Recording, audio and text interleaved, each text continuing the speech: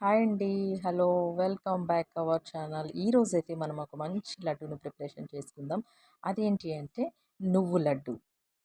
నువ్వులు, దానికి కావాల్సినవి లేత కొబ్బరి, రాగి పిండి, అలాగే బెల్లము, ఇలాచి 5, 6 ఇలాచి వేసుకొని, అలాగే ఇంకా జొన్నలు, వేయించినటువంటి జొన్నలు వేయించి మనం మంచిగా మిక్సీలో ఈ రీతిగా మనము పొడి కొట్టుకొని ఉంచుకోవాలి మంచిగా. ఇవన్నీ మొత్తము మనం శుభ్రంగా మిక్సీలో వేసేసుకొని మంచిగా మిక్సీ చేసేసుకోవాలి.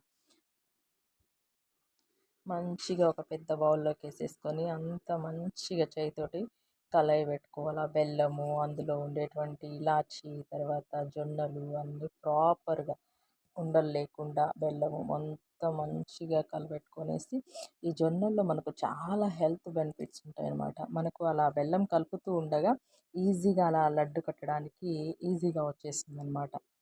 అంతేకాకుండా ఈ లడ్డూలో మనకి హెల్త్ బెనిఫిట్స్ అంటే మోర్ దెన్ హెల్త్ బెనిఫిట్స్ అవేంటో మనము ఒకసారి చూద్దాం. నువ్వులు తీసుకోవడంలో మనకు మంచి కీళ్ళ నుండి మంచి ఉపశమనం పొందుతారు. అలాగే అంతేకాకుండా ఎర్ర రక్త కణాలను సృష్టించడంలో సహాయపడుతుంది.